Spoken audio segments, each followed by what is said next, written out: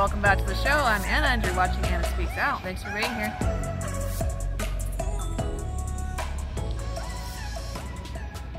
Hey everybody, so a week ago today now, Michelle McDaniel, who is one of my favorite YouTube creators, made a video about an apparent comedian named Matt Rife, if that's how you pronounce it.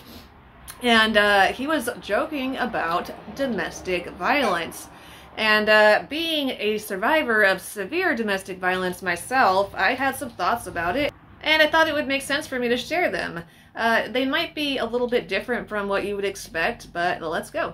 Matt Rife is someone that started on Wild 'N Out. He was kind of weird looking. He was just like that. You know how in like a lot of black communities, they'll have like the one weird white dude in the mix, just, you know, throw him in there. That was Matt Rife. But that's pretty much how I knew him. And then over the years, he really worked on his physical appearance and made himself very good looking, fixed his jawline. There's like plastic surgery rumors. He started working out, got super buff, fixed those teeth, and bam, he took to TikTok and he blew up with mostly women. You know what TikTok is? TikTok is the land of really PC culture. So there's a lot of self-righteous people on TikTok who like to really nitpick every tiny little thing, and you know what that means? Jokes. Jokes that might not be very PC. So Matt Rife got so popular that Netflix gave him a Netflix special, and his audience was so excited. Female fan base, and they were so excited to go watch it, and then once they turned it on, they were horrified that he opened with a joke about domestic violence and then chased that sucker with a whole women should be in the kitchen and they wouldn't be getting hit if they were. I've only been to Baltimore one time. I ate lunch there, and the hostess who like seats you at the restaurant had a black eye. Well, that is very sad, but also not surprising because it is Baltimore, and according to the Baltimore Sun, as of 2021, domestic aggravated assaults had risen 35% from 266 to 359 incidents during the first 3 months of 2021. And somebody was asking Google, how can we stay safe in Baltimore? And they were advised, do not even inadvertently wander into these areas listed at night. West Baltimore. Avoid the Sandtown, Winchester area in West Baltimore, especially if you are traveling with family. Interesting. A full black eye. And it wasn't like, what happened? It was pretty obvious what happened. And we couldn't get over the fact that we're like, this is the face of the company? Like, this is who you have greeting people? I mean, that's just such an insane choice for any business to make, to have somebody with a black eye representing them, that it almost is kind of laughable to me. I mean, it could look like somebody who works there did it, you know? Like, what are you doing, restaurant? And my boy who I was with was like, yeah, I feel bad for her, man. I feel like they should, you know, put her in the kitchen or something where nobody has to see her face, you know? And that part did make me laugh the first time I heard it. That's the funniest part to me because, like, yeah, if I was that lady working at that restaurant and I had a black eye, I wouldn't even want my coworkers to see me. I'd try to cover it up with makeup, but that's never the easiest thing to do. And I would at the very least want to be in the back of the house. You know, it's funny because it sounds like the guy meant well, and then the way it came out, it just kind of sounded like this misogynist, sexist statement when it wasn't meant to be, so that makes it kind of funny. That's how comedy works. But people on TikTok don't seem to understand that. And it made me realize that sometimes if you don't have oppression of your own to pull from, you try to make fun of the oppression of others. Did you laugh? You want to make fun of domestic violence with men. If you're like getting domestically abused at home. So the way that she said that was a little bit funny to me because domestic means at home. So it's like a redundant statement, and she's trying to make this gotcha, you know, response, but she just sounds kind of a little bit ignorant. You're like getting domestically abused at home, dog. Like, maybe do me a favor, like don't come into work. And as a result, now women and men don't find him funny. Try to be cool for a second, because I gotta say this. If I don't say it, nobody's gonna say it. You know what I'm saying? But listen, some of y'all don't deserve a crop top. That's all.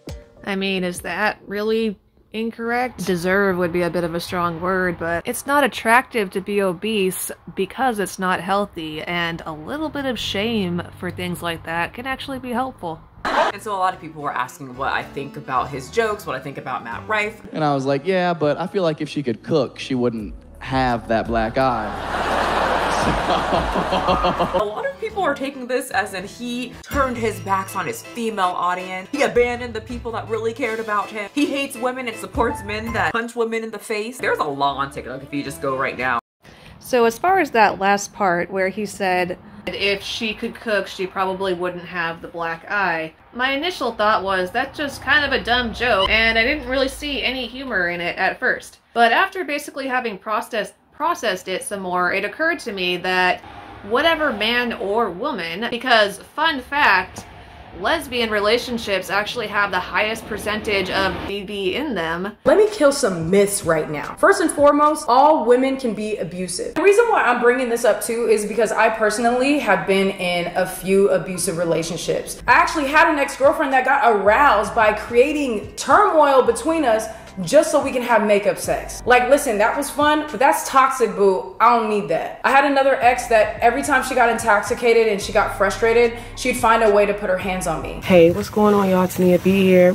I wanted to make this video on why did I abuse my girlfriends, and I've had several relationships where I was like mentally, verbally, and sometimes physically abusive to my partners who I was with, and it's nothing that I'm proud about. I had an ex, you know what I'm saying, we was together for 5 years. I say we fought almost every day within those 5 years. Physically? Fist fight? Physically. Like, Lesbians, stop putting your hands on your girlfriend. Whoever would do that, whoever would hit a woman because she can't cook very well, is the joke themselves. Like, that's just one of the stupidest, most immature, childish things anyone could possibly do, that it makes them a joke. But, you know, it's obviously if it happened in real life, it wouldn't be funny. It just, you know, thinking about such a crazy idea, again, like in the same way that it was crazy for the restaurant to put a person with a black eye as the front of the house person, as the person greeting people at the entrance to the restaurant, it's just insane for somebody to hit somebody because they can't cook very well. So I guess that's the joke. And now let's hear more about what Michelle thought. At first, when I saw him, I didn't even know what the fuck he was talking about. I was like, this is a nice looking man doing stand-up comedy. And he's fit? Honey, is that a thing? Yes, it is. There's things that I saw that I was like, oh, I would chuckle out of it, and some things that I just be like this. So for the people who are asking me, do I find him funny? There's times that I find him funny, there's times that I don't find him funny. I'm not much of a stand-up comedian shit. Even the best comedians can't have me laughing for their whole set. But that's kind of something that you have to understand about comedy, is that not every joke is going to land with every single person ever. All in all, I think that he got very popular because he got popular on TikTok because of his looks, because women really thirsted after him, and he ran with it. Netflix saw it, and now he has a Netflix special. I think he's going to be just fine, because people who go watch like comedy, stand-up comedy for one, that's kind of what it is. That's what comedians do. They offend people. They say jokes that other people won't say. And yeah, in response to that last thing that she said about how comedians, basically what they do is to offend people, and people kind of laugh at the spectacle, I guess you could say. That's a big part of why I like Michelle McDaniel. Her channel was originally called My Thoughts Will Probably Offend You. And I have respect for people who, like myself, are not afraid to go out there and say what's on their mind when they don't actually mean harm by it, and they're not concerned about people getting offended by it, because a lot of people will get offended by a lot of things that are not actually meant to be offensive. And one last thing, what could actually be more empowering than to be able to laugh at the thing that was supposed to be your downfall, the thing that was supposed to destroy you? As a domestic abuse survivor myself, yeah, I went through a lot of trauma. It was very horrible a lot of the time, but to be able to laugh at something like that now is just very healing and makes me feel like a conqueress. So those are my thoughts on it. I can't wait to see what yours are, so I'll see you in the comments.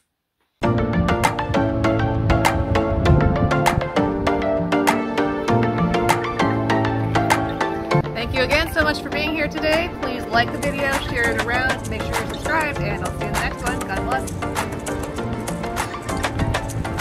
After basically having processed